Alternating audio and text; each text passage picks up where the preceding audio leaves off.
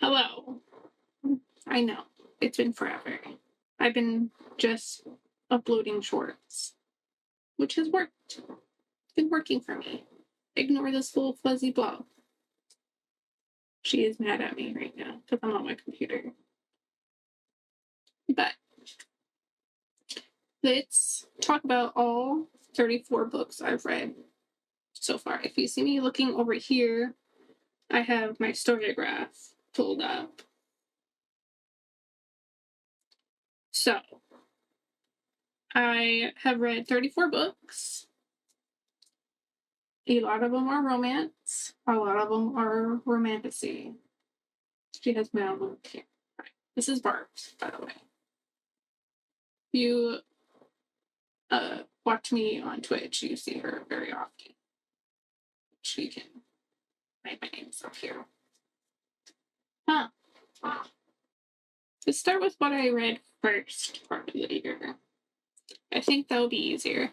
And then whatever books I don't own, I will pop a picture of somewhere here. Editing Fosh will pop a picture of. So let's start with these books over here. So I did wind up reading Quicksilver, and it was really good.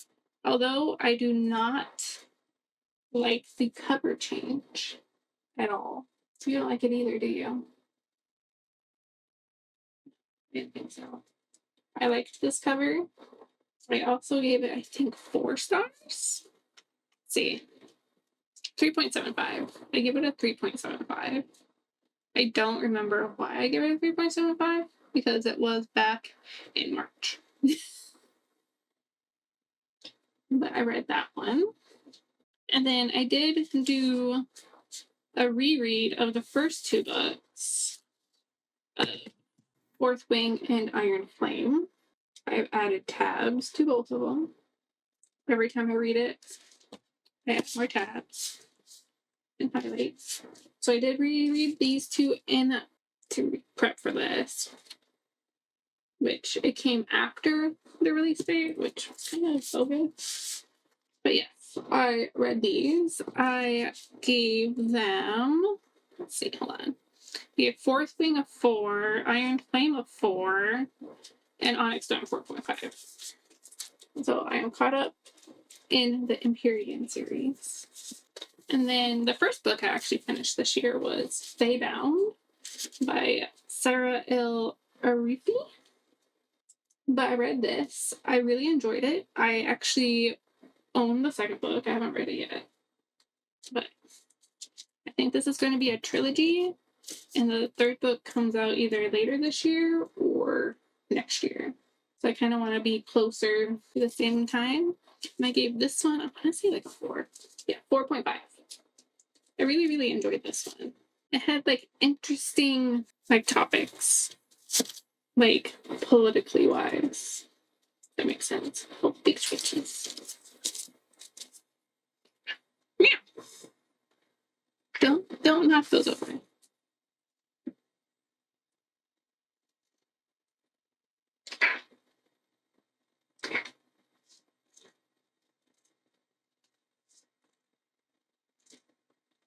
This is literally every time I stream too. Huh. You such a girl. Can I put you down? Okay. And then I did read What You Are Looking For Is in the Library, which is like a small collection of like short stories that kind of interlock together. I had an arc for it. It came back up. It was translated from, I believe, Japanese. And I really, really enjoyed it. I liked the messages behind the stories. And then between that, I listened to God Killer by Hannah Keener. Look at this cover though. I enjoyed this. I gave it a 3.5. The audiobook was really good.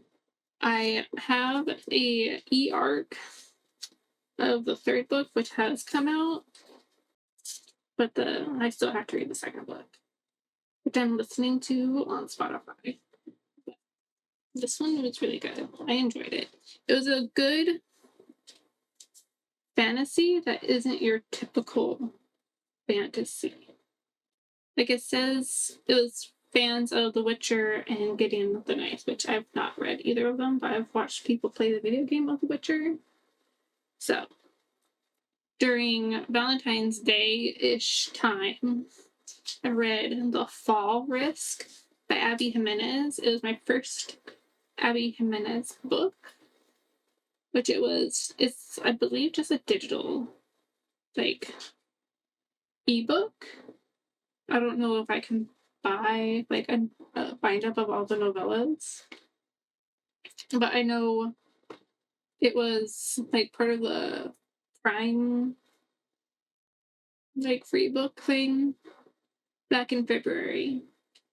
But I really liked it. I gave it an 8 or a 3.75. It was only 81 pages long. But it was really good. I thought it was cute. And the cover is adorable wherever I put the covers. I read the first book in the Zodiac Academy. Let me tell you, the first book I did not like. I gave it a 2.5 star rating. I didn't like any of the characters. I didn't even like the main characters. But I did wind up reading the second and the third book, which I wound up giving the second book. I gotta scroll up because I read it recently. The second book I gave 4 stars to, and the third book I gave 4.5 stars to, so it definitely got better. Then I read my first 5-star book of the year, which was The Rainfall Market, which is a translated book from Korean. This one was so good. I don't think I even read a digital copy of this. I think I actually fully immersed myself in the physical edition, which is really rare. It came out, I guess, in 2023, and it recently came out in America earlier this year. But I definitely recommend this for sure. I really, really enjoyed it. So much so I want to gift it to my friend Brandon, because I think he would enjoy it as well. Then I read Love in the Big City, which is also translated from Korean, and it was longlisted for the 2022 International Booker Prize. I gave this one a 3.25. It was really good. It wasn't my typical fiction book that I read, if that makes sense. I usually try to read more either romance or fantasy, I guess, or magical realism-ish fiction. But this one was more just straight up literary fiction. It told a good story. I probably will read it again. I don't know when, but I will definitely try to read it again. And I remember I read this one mainly digitally to take to work, which was Book Lovers. I enjoyed this so much. Like, I flew through this book. So I enjoyed this. This was my first Emily Henry. I literally have owned this for, I feel like, forever. Because these came out like in 2022, but they never came out in a hardcover. So I just read them as they came out. Paperbacks. As I bought them paperbacks.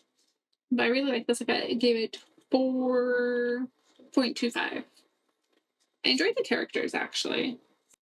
And I liked that it was a closed door romance. Closed door. Thank you. And then I read a manga called My Special One, which is about a girl who gets to meet a K-pop idol. It was super cute. Either it was a K-pop idol or a J-pop idol. It was a J-pop idol. But it was super adorable. I loved it. I gave it a 3.75. I will probably read the second one when I get in the mood to read them again. And then I read as a challenge from my Twitch community, I read Fahrenheit 451. So what I wound up doing was I borrowed the graphic novelization of the book, so it'd be easier for me to read, which I gave it a 2.25. It was an okay book. It helped me realize I don't care for classics, which scares me because I have some cool editions of Dracula and Frankenstein. One day I'll read them. One day. And then I wound up reading my second Emily Henry book, which is Beach Read. I enjoyed this as well. This one, I think, is... Oh, yeah. When they actually switch novels that they're writing, or switch writing genres in the book. It literally says on the back. It was so cute. I love this. Augustus is like the most angsty person in the whole wide world. I give it a 4.25. Definitely recommend this. And Closed Door Romance. Emily Henry is killing it with the closed door romance books. And then I read A World Apart, which is about a girl who lives in, I believe, America. It's been a while since I've read it. In America, and she meets a K-pop idol at where she's working. And stuff ensues with that. I gave it a 3.75. The second book just came out, and I'm so excited to read it. It is on Kindle Unlimited. Go read that one. I really, really enjoyed it. And then I read In the Weeds by B.K. Borison. This is my second book of hers. And it was super cute. I liked this one better than the first one, which was Love Like Farms, which I'll pop a picture of here. I'm too lazy to go grab it off my shelf right now. This one was super cute. I actually took the hard copy to work and underlined stuff. It was so cute. I love the male main character. What was his name again? Beckett. He is hilarious. And then I read People We Meet on Vacation, which is my third Emily Henry book. I only have 2 more that I own of hers, because I don't think the paperback is out of, like, whatever her latest one is. But this one I didn't enjoy as much. Like, I feel like Alex was too much of a pushover. That's all I'm gonna say. I gave it a 2.5. And I don't feel like the romance was really there for them. And then I read Goodnight Tokyo, which is translated from Japanese. This one is actually about several people in the same, like, city, but you're seeing different stories through, like, different people's eyes of something that's happening at the same time. I think that makes sense. It was really interesting, and I really enjoyed it. I might eventually get a copy of it, but I read this one through my library on Libby. Then I read XOXO by Axie O. It is about a girl who meets a K-pop idol, and they go to the same school. I haven't finished the second book yet. I really enjoyed this one. I gave it a 3.75. And I'm not enjoying the second book, which is called ASAP. I'll pop a cover up here. It didn't hook me as much as the first book did, if that makes any sense. And then The Tragic Mistake. I am part of the unpopular opinion here. I read Deep End by Ali Hazelwood. It was my first Ali Hazelwood book, and it's probably my last Ali Hazelwood book. I did not enjoy it. I didn't like any of the characters. There was no chemistry. I actually DNF'd the book. I got like 70-ish% through, and I was like, yeah, I'm good. And I already donated it. So I already donated the book. I'm not going to read anything else by her. And then I read the book Soulmates, like Seoul, Korea. Soulmates, which is actually a reread for me, and I really, really enjoyed it. It was super cute. Like, the male main character is a K-drama actor, and like they're best friends. It was super cute. And then I read The God and the Gwisen. Oh wait, no, I actually read both of these. So it's like I bought this one first, which is The God and the Gumiho. Super cute. I really enjoyed this one. I gave this one a 4.25. And then I read The God and the Gwisen, which is the second book, which is the second and last book of the duology. Like, who am I finishing series? But I read these both in like a month time. I read stuff in between, but I read these both. I loved them both. This one I gave 4.25. This one I gave 4.75. This one had more mystery to it versus this one. But they do interlink together and totally worth reading. And they're just beautiful. They do have Korean mythology. Super cute. And then between those two, I read The Name Drop by Susan Lee. So it's a mistaken identity trope. So the girl and the guy have the same Korean name, and it was cute for sure. And then I read my second 5-star book of the year, which is Bat Eater and Other Names for Corazine. This one, so good. I borrowed my copy from the library. I actually had put a hold on it, then forgot I had put a hold on it because time had passed. And I devoured that book. It was so good. I actually plan on purchasing a copy for myself from a indie bookstore when I go to San Diego for TwitchCon, which TwitchCon is amazing. I get to meet all my online friends and hang out, enjoy, and talk about everything with them in person. So I read that one. It's so good. I definitely want to purchase a copy. Then I read The Bride Test, which is like the second book in the Kiss Quotient series. Is there only 3 books? I don't know how many books there are. But I really like this one because the main character has Asperger's or is autistic. And the girl is like pretty much a mail order bride that his mom found in, I want to say either Vietnam or China. You see it. I want to say it's Vietnam. Vietnam. It was Vietnam. I was right.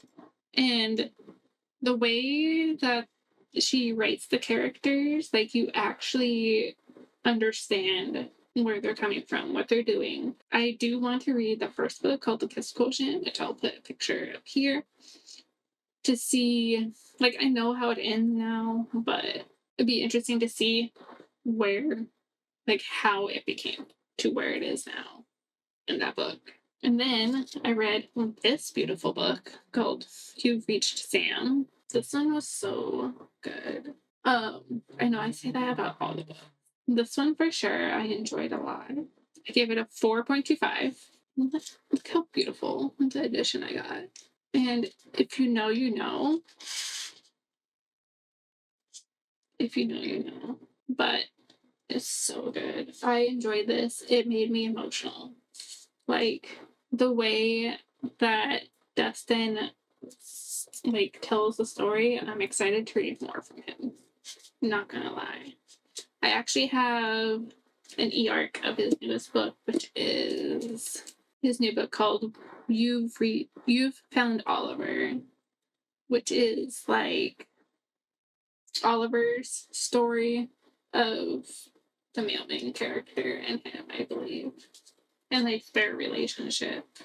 And then on my Kindle, I read The Pumpkin Spice Cafe. When you purchase it on Kindle, it says like TikTok sensation or whatever. I don't have TikTok. I do Instagram. So I saw it on Instagram. I purchased it when it was on sale for 99 cents. And I now own, I think, 1 through 4 or 5. It was super cute. I liked it. I like the Grumpy Sunshine like trope. I gave that one a 3.5 stars. I really liked it though. I will definitely carry on with the series. And then I read like the hardest book to find in person. It's called If It Makes You Happy. I read the ER for it. It was a 4.25 rating, which is pretty high for a romance for me. But the kicker was it was 90s nostalgia during the fall in a small town. So it was done so well. I grew up in the 90s, and all of the things that's happening in the book is actual things that would happen, like pagers. You don't have those anymore. And then I read Dewdrop, which is a graphic novel, kind of like a kid's graphic novel, and it was super cute. It was obviously super short because it's only like 40 pages. I don't know if she changed her name, but on the picture it says Katie O'Neill. Katie O'Neill's like artwork, everything. I love all of her stuff. And then the last book, which I listened to, was Days at the Murasaki Bookshop. This I gave a 4.25. I really, really enjoyed this. It's super short. It's like a little over 100 pages. It is 147 pages. Super cute. It tells a good story in that short little amount of time about like not just like grief, but like relationships and like how to deal with like, because it's on the back of the book where the main character did wind up finding out that the guy she was dating was cheating on her, and she goes and visits her uncle, and he runs a bookshop known as Murasaki Bookshop. She lives in the bookshop, and stuff happens. I'm excited to read the sequel, actually. It's called More Days at the Murasaki Bookshop. I probably will listen to it because the narrator that did it was really good. I really liked the narrator for this. And that, my friends, is the 34 books I have read so far this year. I have a goal of 40 books, which is my 4th time pushing it up. But I really, really enjoy all the books, minus the deep end. And I hope to finish more books because I'm in the middle of like 3. Make sure you let me know any of the books that I read that you read. If you like them, if you didn't like them, give me a thumbs up and subscribe. I will see you guys in my next video. Bye!